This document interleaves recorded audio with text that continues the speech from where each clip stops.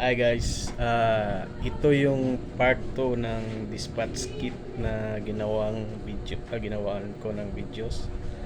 Ah, Sasabihin ko ngayon dito kung ano yung nakapaloob dito sa dispatch kit. Kasi marami akong nababasa sa groups kung ano daw ang laman ng dispatch kit. So, ito malapit na naman akong aalis, kaya mayroon akong ganitong dispatch kit. Ito yung gagamitin naming documents para sumampa sa cruise ship. So, ayan guys, bago natin ipagpatuloy, mag-i-intro po muna tayo. Okay.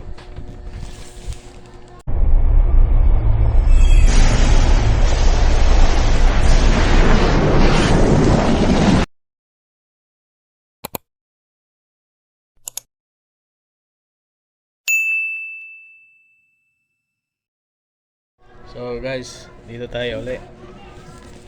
Itong dispatch kit na to, gusto ko talaga din tong buksan kasi para ma-check ko kung kumpleto yung documents na nandito sa loob. So ito, bubuksan na natin.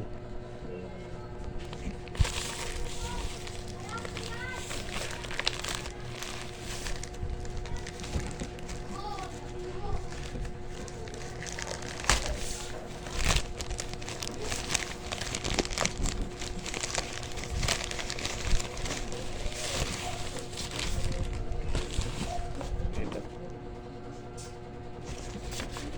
Envelope lang naman to siya, nagaling siya sa agency. So, nati-check na to yung documents na to ng agency. So, ito. Yan yung pangalan ko.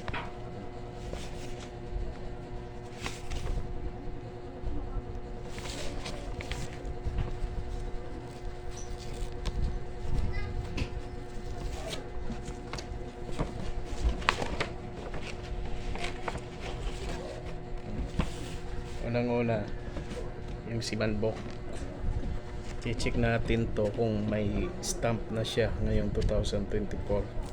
Pag wala, sasabihin natin sa agency. Tingnan natin to.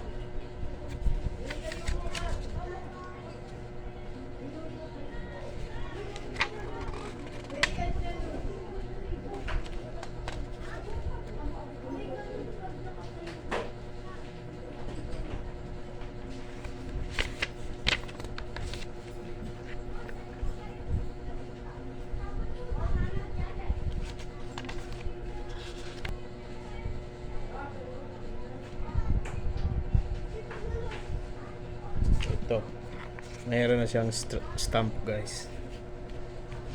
Yung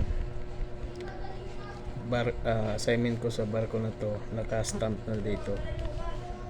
Yan, 2024. February 27, 2024 yung pag-stamp, na-stamp tong simanbok ko. So, yan, simanbok. May passport din. Yung passport, hawak ko yung passport, hindi yung kasama sa dispatch kit. Kasi hindi nila kinuha yung passport. So, ito. Nandito yung letter of guarantee. Letter of guarantee. Saka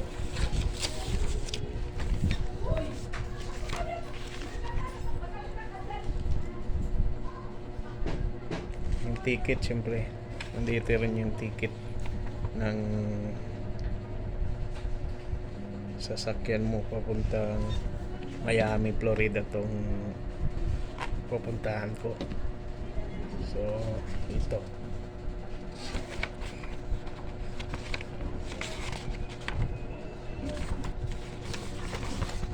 so letter of guarantee, ticket, simanbok, at saka yung contract. Nandito yung kontrata.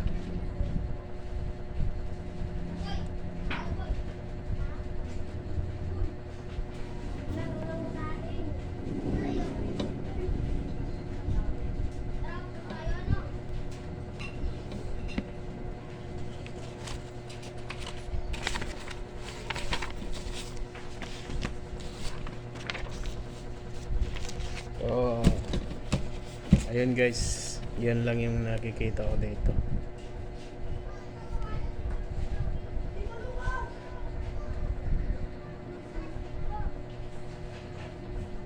Mayroon lang ding instruction dito na yung mga ihahanda ng mga certificate na dalhin para pakita doon sa pagdating ko sa barko. Yung mga documents na i-present ko dito nakalagay dito.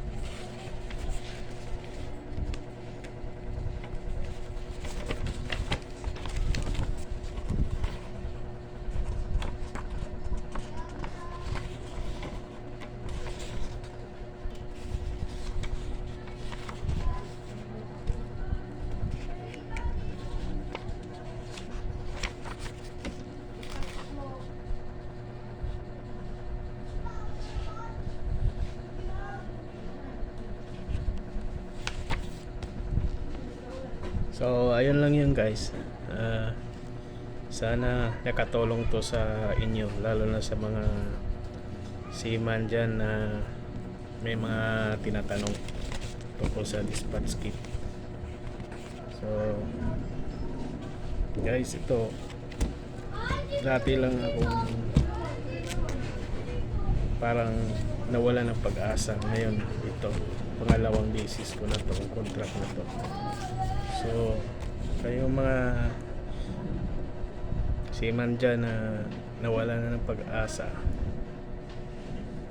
tuloy-tuloy nyo lang, kasi kahit ako matagal po ako bago nakasampa, marami po akong pinagdaanan, nagkakautang-utang ako. So hindi ko to sinishare para pagyabang to, sinishare ko to para mabigyan ng lakas ng loob yung mga naghahanap ng trabaho papunta sa kahit anumang klaseng barko. Tiyaga lang. Okay guys, maraming salamat. God bless po. Thank you.